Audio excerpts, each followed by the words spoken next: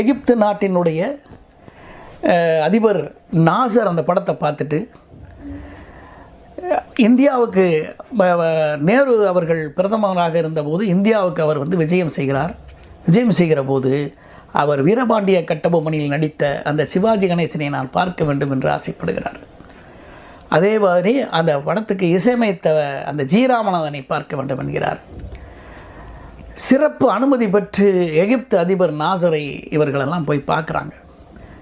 அவர் பரிசளிப்பெல்லாம் கொடுத்து அவர் மகிழ்கிறார். ஆசியாவின் மிகச்சிறந்த படம் என்று 1960 வந்து வீரபாண்டிய கட்டபொம்மன் படம் தேர்ந்தெடுக்கப்படுகிறது. ஆசிய கண்டத்திலேயே மிகச்சிறந்த இசையமைப்பாளர் என்று ஜி ராமநாதனுக்கு எகிப்து அரசாங்கம் விருது கொடுக்கிறது. மொழியே தெரியாத வீரபாண்டிய கட்டபொம்மன் எவ்வளவு பெரிய, இதெல்லாம் நம்ம ஊரில் வந்து சாதாரணமாக யாருக்குமே தெரியாது. அப்போ